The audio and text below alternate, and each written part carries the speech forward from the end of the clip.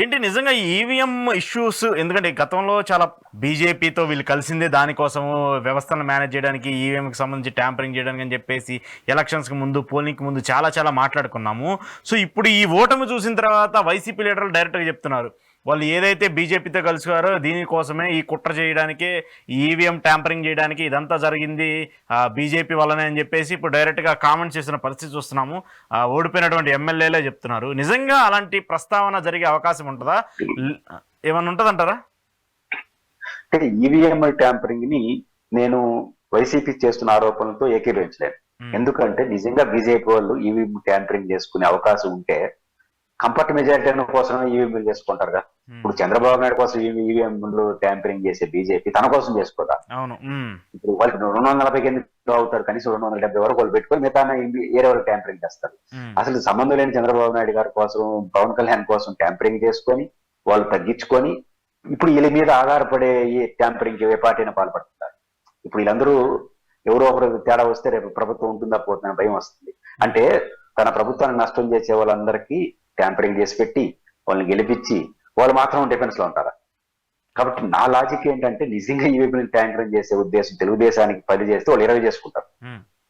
కాబట్టి వ్యవస్థలను అయితే మేనేజ్ చేయగలిగారు ఇక్కడ చిన్న చిన్న ఎలక్షన్ కమిషన్ లేదంటే ఐఏఎస్ ఐపీఎస్ కొంత వాళ్ళు అనుకున్నట్టు ఏకపక్షంగా ఉండకుండా మా వైపు కూడా కొంత ఉంది, అయితే న్యూట్రల్ గా ఉండి అది కొంత పనిచేస్తుంది కదా నేషనల్ బీజేపీ ఉన్నప్పుడు. అది కొంత అది ఎన్నికలు మార్చిందని నేను మార్చింది ప్రజలే, బట్ అవి కొంత వెసులుబాటు వాళ్ళకి కల్పించవచ్చు దానికి ఆదరణ. కానీ భయం లార్జ్ ఎక్కడో వైసీపీ ప్రభుత్వం మీద ఒక తెలియని వ్యతిరేకత కొంత, తెలిసిన వ్యతిరేకత కొంత, అన్ని కలిపి ఆ పార్టీ ఓటమికి దారి తీసాయి. ఆటోమేటిక్ ఆ పార్టీ ఓడిపోయింది కూడా తెలుగుదేశం గెయిన్ అయింది. Okay okay.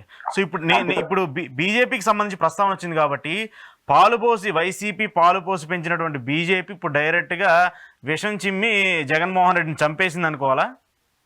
అంటే బీజేపీ పాత్ర ఆంధ్రప్రదేశ్ లో ఏమి లేదు. అంటే బీజేపీ ఎందుకంటే జగన్ గారు బీజేపీ వాళ్ళ కాదు, జగన్మోహన్ రెడ్డి గారి ప్రభుత్వం మీద వ్యతిరేకత, చంద్రబాబు గారి మీద నమ్మకం ఆ ఫలితానికి కారణం. చంద్రబాబు గారి కూటమిలో బీజేపీ ఉంది కాబట్టి వాళ్ళకి లబ్ధి పొందారు. వాళ్ళు ఇండిపెండెంట్ పోటీ చేస్తుంటే వాళ్ళ ఓట్ల వాళ్ళకే వచ్చింటాయి, పెద్ద వచ్చి ఉండదు.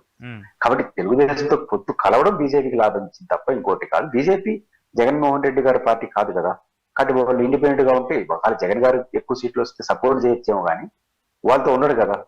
అది తక్కువ సీట్లు వస్తే ఏరే వాళ్ళతో పోతారు కదా. కానీ వీళ్ళతో ఉంటే ఒక 3 సీట్లు 4 సీట్లు వస్తాయి కదా అనే ధోరణి బీజేపీ ఎవరితో పర్మనెంట్ గా ఉండదు కదా.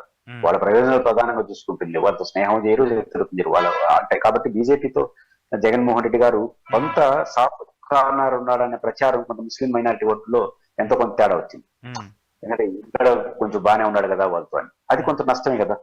తెలుగుదేశం పార్టీ డైరెక్ట్ పొత్తు, జగన్ గారు పొత్తు లేకపోయినా విభేదించట్లేదు కదా బీజేపీతో సీరియస్ గా.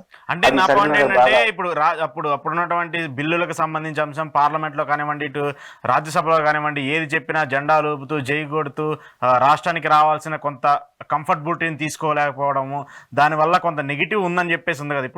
ఇప్పుడు ఉన్నటువంటి ప్రధాన అంశం ఏంటంటే మేము వచ్చాము ఇప్పుడు డెవలప్మెంట్ అప్పుడు మెడల్ వంచి ప్రత్యేక హోదా తీసుకొస్తున్నటువంటి జగన్మోహన్ రెడ్డి క్లారిటీగా చెప్పారు, నాకు వాళ్ళకి పూర్తి మెజార్టీ ఉంది, నేను తేలేకపోయానని. కనీసం రావాల్సినటువంటి నిధులు కూడా సక్రమంగా తీసుకురాలేదు. ఆ వర్షంలో బీజేపీకి కొంత అడ్వాంటేజ్ ఇచ్చారని చెప్పేసి అనుకోవచ్చు. ఎందుకంటే బీజేపీ మీద ప్రజలు తీవ్ర వ్యతిరేకత ఉన్నారు. ఆంధ్రప్రదేశ్ నాశనం చేసింది, ఇటు వైజాగ్ స్టీల్ ప్లాంట్ని ప్రైవేటీకరణ చేస్తామని చెప్పేసి అప్పుడు వచ్చింది, పోలవరం కంప్లీట్ చేయలేదు, ఏపీకి ప్రత్యేక నిధులు ఇవ్వలేదు, విశాఖ రైల్వే జోన్ ఇవ్వలేదు, కడపలో స్టీల్ ప్లాంట్ పెట్టలేదు.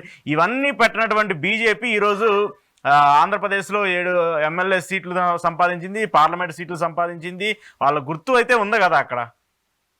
అంటే బీజేపీతో జగన్మోహన్ రెడ్డి గారు రాజకీయంగా వ్యవహరించిన తీరు వల్ల కొంత నష్టం వచ్చిన మాట వాస్తవం. అంటే బీజేపీని రాజకీయంగా విభేదించే వాళ్ళు జగన్ బీజేపీ వ్యతిరేకంగా చూడరు. First point. ఎందుకంటే వాళ్ళతో బాగానే ఉన్నాడు కాబట్టి ఇప్పుడు వచ్చి నేను ముస్లిం రిజర్వేషన్ పైన చంద్రబాబుని అభిప్రాయం చెప్పమంటాడు జగన్ పైన. రాజకీయ ప్రతినిధి అసలు సమస్య బీజేపీ కదా, బీజేపీ తెస్తే కదా చంద్రబాబు గారు.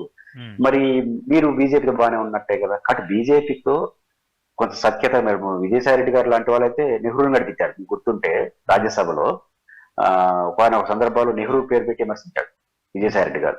చివరికి ఆడి వరకు వెళ్ళారు, న్యూఢిల్లీ యొక్క రాష్ట్ర పరిధికి సంబంధించిన వ్యతిరేక బిల్లు వస్తే దాన్ని సపరించారు. ఒక ప్రాంతీయ పార్టీకి చేయకూడదు, ఇవన్నీ చేసేసింది. అప్పుడు చేయడం ద్వారా బీజేపీకి జగన్ వ్యతిరేక కాదు, అనుకూలం కాకపోతే వ్యతిరేక కూడా కాదు అనే భావన రావడం వల్ల బీజేపీ వ్యతిరేకులు, కరుడుగట్టిన వ్యతిరేకులు హోల్సేల్ గా మీతో లేరు. మీతో రాలా. మామూలుగా బీజేపీతో చంద్రబాబు పొత్తు పెట్టుకున్న వెంటనే మిడిల్ క్లాస్ లో ఒక సెక్షన్ జగన్ వైపు వచ్చేసి ఉండాలి. జగన్ వైపు రాలేదు. దట్టు జగన్ గారు బీజేపీతో వ్యతిరేక కాదనడానికి అనే నమ్మకం కలగాలంటే కాంగ్రెస్ తో పొత్తు పెట్టుకోవడానికి ఇబ్బంది ఉండొచ్చు, కానీ వామపక్షాలతో పొత్తు పెట్టుకోండొచ్చుగా.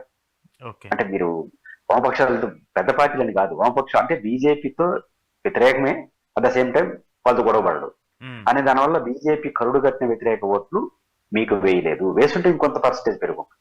అంటే బీజేపీ వ్యవహరించిన తీరు అనేది లాభం పెద్దలే రాలేదు. అంటే ఆ 5 ఏళ్ళు స్మూత్ గా నడిచిపోయిన బండి, కానీ పొలిటికల్ గా మాత్రం అంత పెద్ద లాభం. అయితే మీరు ఇంకో ప్రశ్న దీంట్లో వస్తుంది, అంత వ్యతిరేకం ఉన్న బీజేపీకి ఏడొట్టు వచ్చినాయి అని అనొచ్చు. అది దానికి నా పాయింట్ ఏంటంటే, ఆంధ్రప్రదేశ్ లో బీజేపీ మీద మిడిల్ క్లాస్ లో వ్యతిరేకత ఉండొచ్చు, కానీ జగన్ మీద అంతకన్నా వ్యతిరేకత ఉన్నప్పుడు అది పనిచేయండి.